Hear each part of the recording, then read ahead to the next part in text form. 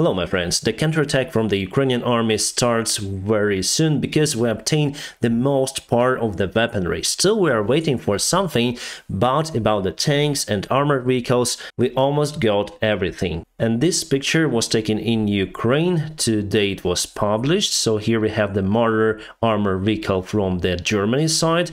Here I don't really know what is that, maybe Ukrainian flag, it means that it's the Ukrainian armored vehicle, looks like a big defender. Maybe it is the Cossack armored vehicle, not sure from this perspective, but what is interesting is here. Thank you United Kingdom for providing the Challenger 2 tanks to Ukraine, and as you can see they already have arrived. And just a couple of days ago we got the information that our soldiers successfully passed the training to operate those tanks. It is one of the best tanks out there. I did a video about the Challenger 2 and Leopard 2. You're very welcome to check it out on my channel. And still for me it's hard to say whether this tank has the extra armor plate on the forward bottom part of the base, because the standard version could be potentially penetrated by the Russian tanks. I think we have quite a nice modification. After all, we have extra systems, machine guns and those devices for the smoke, I think, and also to intercept rockets. Those could be. I'm not really military expert in Challenger 2 tanks, but this one is not the base modification. And on the left here you can see the Striker armored vehicle from the United States of America, and those are also very sophisticated. Unfortunately for the summer and spring campaign we'll not have the Abrams tanks, they will arrive a little bit later, more closer to the autumn. As I say to you, the infrastructure to maintain those tanks is quite sophisticated, and in this short period of time we were not able to build it with our Western allies from the United States. But for sure we're gonna get Abrams from the United States, and maybe in that case we're gonna extend our counterattack that is planned for the late spring. And I published this photo on my Telegram, and some people ask about this flag. For me, I wasn't able to find the information about it, so if you know what is that, maybe it's some sort of the regiment over here, the airborne division, and on the back there's the military track that I think is the United States made, but not sure my friends, because on the United States made tracks the lights are in different positions, they are on the bumper we call it. And tell me about the symbol of this regiment, because I tried to search but couldn't find it. Not just those countries support Ukraine, we have many other allies who also send the tanks and armored vehicles to Ukrainian army, so totally I think now we have around 100 tanks plus many of the armored vehicles. Yeah, the bad news that we'll not have the Abrams tanks for the spring and summer campaigns, but we'll have Bradleys. Marders are also great, and we have around 40 units already in Ukrainian army, but I think Bradleys are more versatile, and with the proper armor they fit perfectly for the urban fighting environment. And what about Russians? They have Tiger cars in their army, the off-road cars,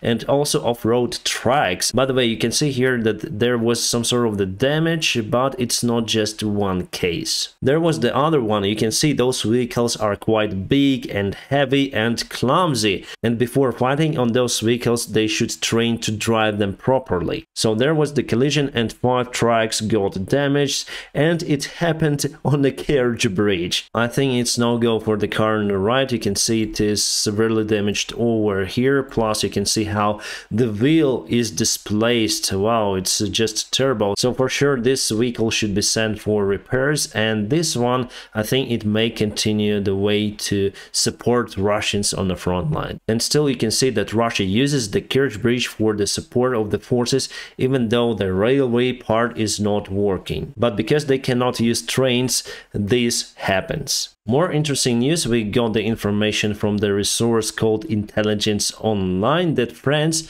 wants to send 40 of the Mirage 2000-9 airplanes to Ukraine. But firstly, they need to get them from the United Arab Emirates. So I think it will take few months for the Ukrainian army to get those, at least from the moment that they will go to France. And also we need infrastructure and supplies for them.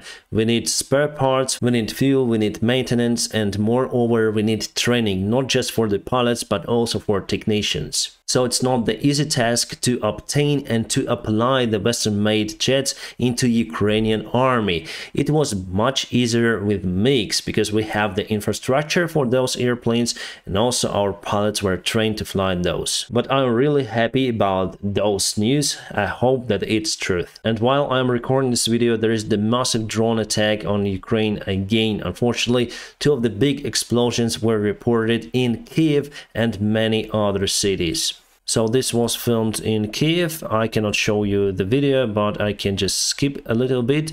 So you see how Shahid drone aimed somewhere. As Klitschko, the mayor of the Kiev, says that the drone hit some sort of the shop out there. And it's not looking good at all. And Russia obtains the Shahid drones as exchange for technologies and also military supplies to the Iranian side. They do not supply shells or anything. They provide, as I say, to technologies that Iran may use to produce their own weaponry. And this Shahid drone was just hit in the skies, so this is the good one. By the way, if you want to know how ordinary people cope with the blackouts and then their buildings or houses were severely damaged by the Russian rockets, I highly recommend you to check out the channel of my friends, of Evgeny Travnikov and his wife Irene. It's called the UA Courage, and they filmed the real stuff from the place, and they live in this some sort of the building that lost a couple of the stories because of the Russian attack and the huge fire. And because of Evgeny, I actually started to ride motorcycles back in 2007. So yes, he is my close friend, and I hope this year finally they will have the help from the government to rebuild their building, because it's just not possible to live there for 2 years consecutive. So here's probably the answer for the question, where are those funds spent that are coming to Ukraine from many of the countries and international institutions? We need to invest in army, we need to rebuild the buildings, the houses for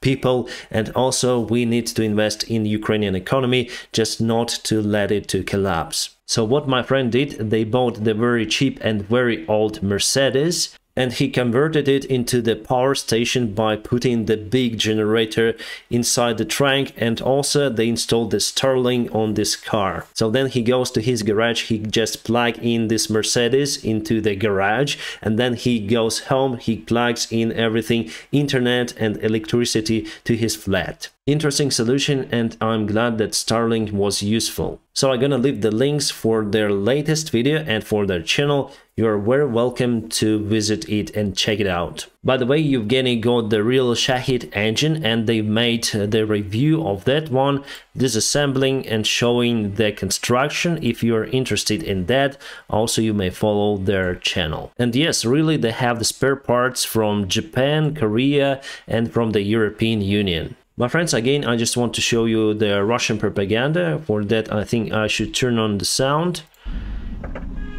So you can see it's some sort of the Ukrainian defense car. You can hear the sound, the voice of the very small child, and the mom is driving the car, and those guys, they're just stopping here. Well, what can I say, that they were in the car wearing those masks, which is kind of unusual. You usually wear them, then you need to cover your identity, or just because of the dust and other stuff, but he just left the car just straight away without any action to put his mask on, so the mask was on the soldier before he stops. And I will not show you the full video, just the parts of it. So he starts to blame the lady that she drives mad. She just overtook their convoy, she tried to hit the car in a convoy, so he's really mad on her, and the child was very upset and also worried. So there are no English subtitles, but this dialogue is very strange as for me, because it was exaggerated and it was stressed by the soldier so much, and she was coping correctly, but you know, but after all, soldiers did couple of shots into the ground and actually left the scene on their track. And this is Volkswagen Amarok. Amarok, and we do have those in Ukrainian army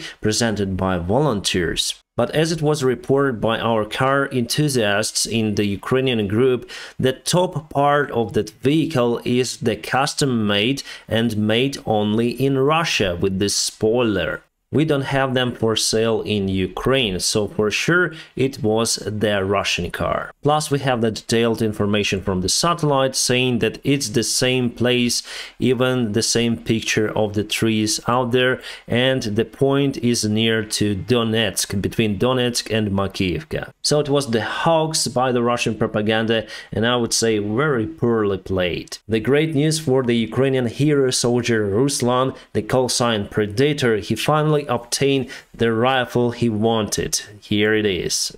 And General Commander Zaluzhny gave it as the present, so if you have it as the present, you can keep it. But if you are 21, as Ruslan, you cannot buy it. I think it is the RR-15. And just to remind you, this guy alone was able to stop the Russian assault on his positions and destroying BTR, eliminating many of the Russian invaders. He was wounded, but it was the light one, so he continued to serve in Ukrainian army. Why he wanted this Western-made rifle? Because throughout the defense, his AK-74 jammed 2 times. And this one, I think, is more reliable. Right, let's go to Bakhmut. Russia continued to perform their assaults, mostly from the south over here and over here. Here it's not really successful, but this vector, they got some sort of the territory under their control. For the latest update, we don't have on a deep state, but I would say that they've took a couple of the quarters over here. And let's zoom in, I'm gonna show you, because deep state already updated this information on their military map in Telegram, but not yet updated on their server, so they moved like that, I think. So this is the screen from their Telegram. You can see this hump over here. It wasn't like that yesterday, and they used the public information that is posted in social media, some of the photos, TikToks and other stuff that the Russian soldiers or Ukrainian soldiers film near to the front lines. So I don't think that they're close to the city center. They are in the city center, and fortunately we were able to withdraw our forces from that place, and now they're on the western side of the city. And still our general command says that it's early to evacuate, mainly because we have some sort of the supply lines under our control. First of all, this main road, but it's very tricky to supply supplies to the Bakhmut city using that one because it's under the constant shelling by the Russian artillery. But the secondary roads are more safe, and the one that we mainly use is in Hromove. It basically goes in parallel with that big road, but a little bit closer to the north and to the Chasiv Yar. And as for the Chasiv Yar, there is the big base of the Ukrainian forces. We have lots of the regiments and battalions that are constantly changing the soldiers who got wounded or who got tired fighting against Russians in Bakhmut. So still not a big change for today in that area. We see that Russia bogged down, even though they used lots of resources. Even though Prigozhin said that Shoigu sent some reinforcements for the flanks because he afraid that Ukraine may perform the counterattack to Klishivka and towards Yahidne and Krasnohora, cutting Russians away from their supplies. So probably Russia may send some of the backup sources to those flanks on the north and on the south. But for us, it's better to keep that city as long as possible, because otherwise Russia would move closer to the biggest residential areas like in Slavyansk and Kramatorsk. And we are waiting for the counterattack that will happen for sure from the Ukrainian side. And based on the weaponry that we got from our western allies, it may happen in a few weeks, like 3 or maximum 4, because we already have the trained crews for the tanks, armored vehicles. The question is whether the airplanes will be on time from Poland and Slovakia, but we know that they've started the transfer of the airplanes, and we got first 4 MiGs from Slovakia. Other than that, I think we are fully ready for it, and also we need to wait for the better weather, for the soil to be more robust. And do you know where should we go? Because Russia still built the defense lines on the south. Yes, those lines are not really nice, but they are defense lines. And according to some analytics, Ukraine may start the counterattack in a very unexpected place. As for me, quite an unexpected place is over here at the same achievement. So to go to Crimea, that's our main goal. There we have the chance to start the collapse of the Russian regime, and that is how we may finish this war. I think we have just one chance for it. About Avdiivka over here, there are minor changes, and basically Ukraine did successful counterattacks. We pushed the Russian regular forces away from the city over here and over here, so it's great. At least we have some sort of the good news from the front lines. Actually, news are in general good. We are causing Russia severe losses, but at the same time we also have losses, especially in Bakhmut. Then the urban fighting is ongoing. It's very hard to keep the pace, not only for offensive side but also for defense, and unfortunately we have, as I say to you, the losses up to 200 soldiers per day over there, according to the international journalists. But I think that it will not be like that for a very long time, because Russia would be forced to send their forces to the more vulnerable areas, for example, where Ukraine will start the counterattack, and we're gonna witness it with you, my friends. I'm gonna keep you updated on situation in Ukraine. And now, if you want to support my job, just go to the link in the video description just below. You may support me also on Patreon and the sponsorship on YouTube channel, where you may get access for my podcast and regular live streams. By the way, tomorrow I'll have the live stream for the sponsors on my private Telegram channel. My friends, I wish you all a peaceful sky wherever you are, and have a great time.